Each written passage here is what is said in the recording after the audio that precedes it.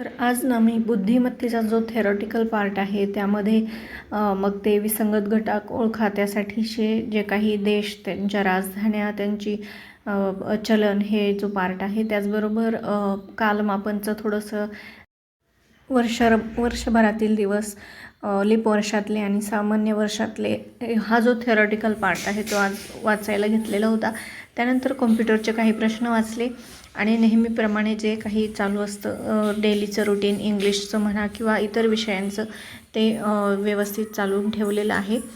तर मला माझा हा हायकोर्टच्या एक्झामचा सिलेबस जो आहे तो खूप फास्ट कवर करावा लागणार आहे, कारण आमची जी अकॅडमिक एक्झाम आहे फायनल इयरची, फायनल सेमिस्टरची, ती अलीकडं होण्याची दाट शक्यता कॉलेजकडून किंवा युनिव्हर्सिटीकडून व्यक्त करण्यात येत आहे. तर त्यांचं असं म्हणणं आहे की एप्रिल एंडिंगलाच एक्झाम ठेवायची आहे. त्यामुळे मग मला हा पण जर एक्झाम, आपला हायकोर्टचा पेपर 26 एप्रिलला आला तर मग त्या दृष्टीने खूप अवघड आहे.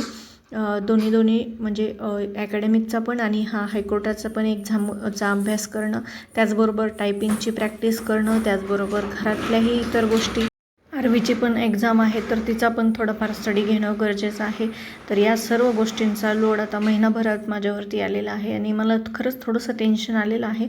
परंतु थोडंसं फास्ट मी हा हायकोर्टाचा सिलेबस कव्हर करण्याचा प्रयत्न करणार आहे आणि त्यानंतर मग माझे जे काही असाइनमेंट्स वगैरे असतील ते कंप्लीट करणार आणि एक्झामचा अभ्यास, असाइनमेंट लिहितानाच त्याच्यामध्ये थोडंसं अगदी मनापासून म्हणजे मन लावून लिहिणार, म्हणजे तेच मला एक्झाममध्ये पण कामं येईल आणि अशा पद्धतीने माझी जी दोन्ही परीक्षांची तयारी असेल.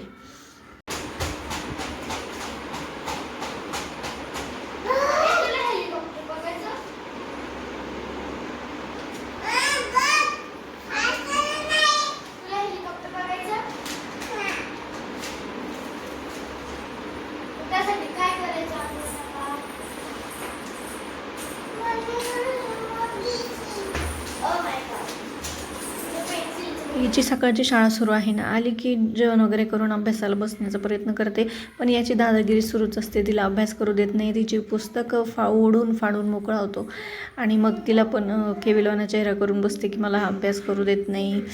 पण आता पर्याय नाही आहे, तो झोपल्याच्या नंतर थोडंफार जेवढं होतं तेवढं